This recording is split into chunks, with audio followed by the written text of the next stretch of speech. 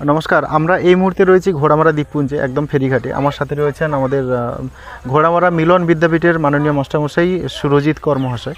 তো এবছর 2025 সালের মাধ্যমিক পরীক্ষা চলছে। উনি বেরিয়েছেন ঘোড়ামারা মিলন বিদ্যাপীঠের দায়িত্বে।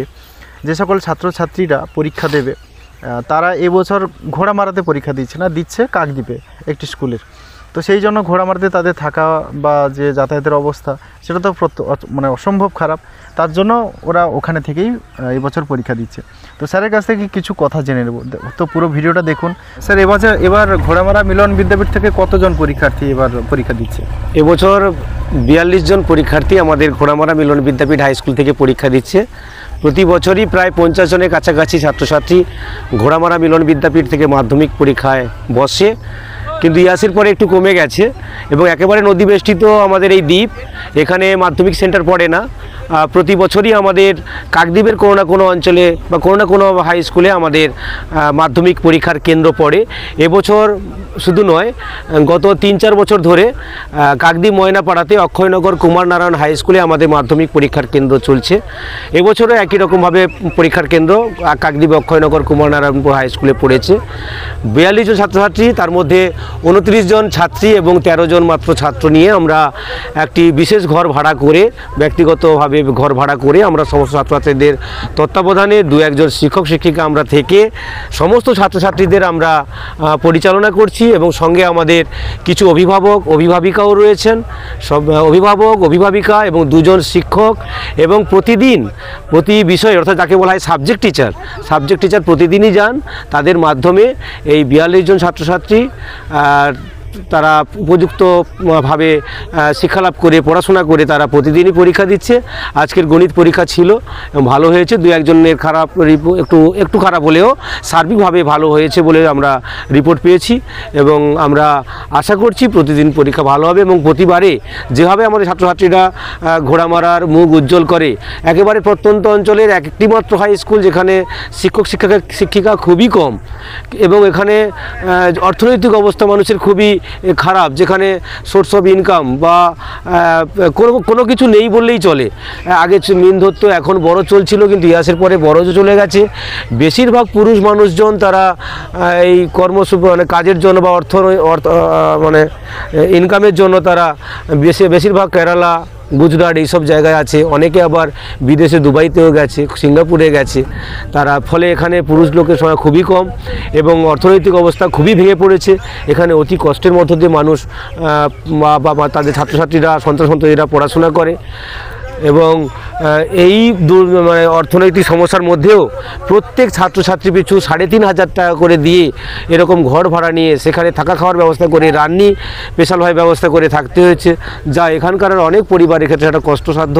কিন্তু কিছু করার নেই, তারা মাধ্যমিক দেওয়ার জন্য বাবা মা অনেক কষ্টের মধ্যে থাকলেও এই 3,500 টাকা দিয়ে তারা তাদের সন্তান যাতে সুন্দরভাবে মাধ্যমিক পরীক্ষা দিয়ে এবং ভালোভাবে উত্তীর্ণ হয় সেই আশায় তারা কিন্তু বুক বেঁধে তাদের ছাত্রছাত্রীদের নিয়ে, সন্তানদের নিয়ে তারা আজকের এবছর পরীক্ষা পড়েছে প্রায় 10 দিন মতো। সেই মানে ছুটি ছাটা আছে মধ্যিখানে অনেকগুলো, 10 দিন মতো থাকার পরে পরীক্ষা শেষ হবে আগামী 20 ফেব্রুয়ারি।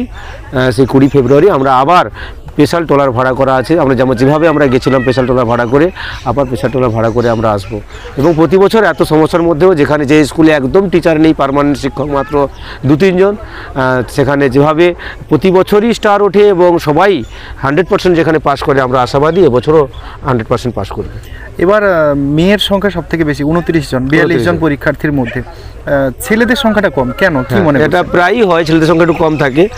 এই যে বললাম একটু আগে যে অর্থনৈতিক একটা সমস্যা রয়েছে ঘোড়ামারায়, যে মানুষ খেতে পায় না বললেই চলে। শুধু বিনা পয়সায় রেশন আছে, ভাতটা পায়, কিন্তু অন্যান্য জিনিস, শাকসবজি টুকটাক হয়তো হয়, কিন্তু অন্যান্য যে ব্যবহার্য জিনিস বা পড়াশোনার যে খরচপত্র চালানোর ক্ষেত্রে অর্থনৈতিক সুবিধা সেরকম ঘোড়ামারাতে নেই। ফলে বাবা মা চলে যায়। এবং বিশেষ করে ইয়াসের পরে বাবা মার সঙ্গে অনেক ছোট ছেলে মেয়েও বা অনেক পুরো পরিবারও অনেক চলে গেছে। হ্যাঁ, মানে বাইরে কাজে, মানে কেরালা, গুজরাট এইসব রাজ্যে কাজ করতে গেছে। কেউ হয়তো পার্মানেন্টলি সেখানে কায়িক পরিশ্রম করছে, আবার কিছু পরিবার গেছে যেখানে বাদাম গোড়ানো, ডিম গোড়ানো, এই যে কাজগুলো আছে, হালকা কাজ মেয়েদের দ্বারা বা বাচ্চাদের যারা সম্ভব, এই সমস্ত কাজেও অসংখ্য এখানকার কিছু পরিবারের মায়েরা বা ছোট ছেলেমেয়েরাও চলে গেছে, বিশেষ করে ছেলেরা চলে গেছে। এবছর মাধ্যমিক পরীক্ষা মানে মানে প্রায় বলতে গেলে শেষ বা মাঝামাঝি চলছে, উচ্চ মাধ্যমিক পরীক্ষার্থীর ক্ষেত্রেও কি একই রকম পরিস্থিতি? আমাদের এখানে কোনো উচ্চ মাধ্যমিক নেই, আচ্ছা আচ্ছা একটাই হাই স্কুল, সেটা মাধ্যমিক। আচ্ছা আচ্ছা যেহেতু টিচার সংখ্যা খুব কম, তাই উচ্চ মাধ্যমিক স্তরে উত্তীর্ণ হওয়ার একটা সুযোগ ছিল, তাও হয়ে ওঠেনি শিক্ষকের অভাবে। তাহলে যারা মাধ্যমিক পরীক্ষা দিয়েছে তারা উচ্চ মাধ্যমিকের জন্য ঘোড়ামারা তাদের ছাড় ঘোড়া মারাতে ছাড়তে হচ্ছে এবং ওটা আরও কষ্টের। এই জন্য বেশিরভাগ ছেলেমেয়েরা পড়াশোনা বন্ধ করে দেয়। যারা খুব প্রতিষ্ঠিত বা যারা অর্থনৈতিকভাবে একটু স্বাবলম্বী, তারাই বাইরে গিয়ে পড়াশোনা করে, নাহলে পারে না। এবছর মাধ্যমিক পরীক্ষার্থীদের মধ্যে কি বিশেষ সেরকম কোনো মানে পরীক্ষার্থী রয়েছে যার কথা উল্লেখ করা যায়? হ্যাঁ, একেবারে গরিব, খেতে পায় না বললে চলে। আমাদের এই খেয়াঘাট সংলগ্নই বাড়ি প্রশান্ত মণ্ডল। প্রশান্ত মণ্ডলের বড় মেয়ে, নামটা হচ্ছে স্মৃতিকণা মণ্ডল। ও খুবই ভালো মেয়ে, ছোটোবেলা থেকেই ফার্স্ট হয় আমাদের স্কুলে। পড়াশোনার অভাবে খাতাপত্র বই কিনতে পারে না বললেই চলে। অনেক মানুষজন বা স্কুল থেকে অনেক কিছু হেল্প করা হয় তাকে, এবং এছাড়াও যারা স্বেচ্ছাসেবী সংগঠন আছে, বিশেষ করে প্রশান্ত মণ্ডলের ফ্যামিলি বা ওই স্মৃতিকণা মণ্ডল, ও শুধু পড়াশোনা নয়, মানে নাচ গান আবৃত্তি বা অঙ্কনে যথেষ্ট ওর মেধা রয়েছে, আমরা লক্ষ্য করেছি। যথেষ্ট কষ্টের মধ্য দিয়ে সে পড়াশোনা করছে বা পরীক্ষা দেওয়ার চেষ্টা করছে। আশা রাখছি আমরা ভালো রেজাল্ট করবে। বিশেষ চাহিদা সম্পন্ন সেরকম কোনো? হ্যাঁ, বিশেষ চাহিদা সম্পন্ন ছেলে আছে, তার নাম হচ্ছে মানস প্রধান। এর আগে ওর দাদা দিয়েছিল সজল প্রধান, কথা বলতে পারে না, শুনতে পায় না, সেও খুব ভালোভাবে মাধ্যমিকে উত্তীর্ণ হয়েছিল। এবছর তার ভাই আছে মানস প্রধান, বাবা হচ্ছে তপন প্রধান। আমাদের রায়পাড়া সংলগ্ন মন্দিরতলা গ্রামে বাড়ি। দুই ছেলেই বোবা। ছোট ছেলে, সে বোবা, একদম কথা বলতে পারে না, এবছর পরীক্ষা দিচ্ছে। এবং তাকে আমরা এই স্কুলে সে তো পড়ারও যোগ্য নয়, বা এই স্কুলে আমরা পড়াতে পারবো না, এরকম একটা তাদের অভিভাবককে বলেছিলাম। কিন্তু এত গরিব, এত অর্থনৈতিক সমস্যায় আছে ওই পরিবার, তারা স্পেশাল এডুকেশনের যে স্কুল সেখানে ভর্তি করতে পারেনি। এই স্কুলেই আমাদের অনুরোধ করে ভর্তি করেছিল। আমরা আশা করছি ও পাস করবে।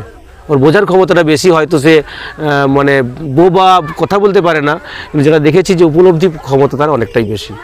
স্যার, এমন কোনো বিষয় যেটা আমি উল্লেখ করলাম না বা যেটা বলা যেতে পারে, এমন কোনো বিষয়? ঘোড়ামারাতে প্রচণ্ড সমস্যা রয়েছে, বলার আর শেষ নেই।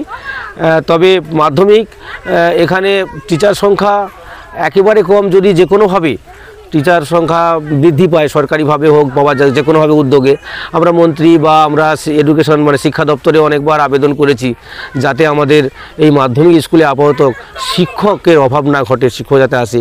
আর আমাদের সবচেয়ে বড় আবেদন ছিল আমাদের লোকাল মিনিস্টার যিনি আছেন বঙ্কিম হায়রা বা এমপি আমাদের বাপি হালদার, তাদের কাছে আমরা আমাদের বিদ্যালয়ের প্লাটিনাম জুবিলি রিসেন্ট হয়েছিল, সেই প্লাটিনাম জুবিলিতে ওনারা এসেছিলেন। সেখানে আমরা আবেদন রেখেছি যে যাতে আমাদের স্কুল উচ্চ মাধ্যমিক হয়। আমরা এখানে ভাত মুড়ি খেয়ে যারা এখানে পড়াশোনা করি, মাধ্যমিকটা হয়তো দিই, উচ্চ মাধ্যমিক অনেকেই অর্থনৈতিক সমস্যার কারণে দিতে পারি না। যদি এখানে উচ্চ মাধ্যমিক হয় এই স্কুলটা, তাহলে অনেক ছেলে মেয়ে উচ্চ মাধ্যমিক পরীক্ষায় পাস করতে পারবে। স্যার, আপনার নাম? আমার নাম সুরজিৎ কর, ঘোড়ামারা মিলন বিদ্যাপীঠ হাই স্কুলের আমি আংশিক সময়ের শিক্ষক এবং বর্তমান বিদ্যালয়ের সভাপতি। অসংখ্য ধন্যবাদ স্যার।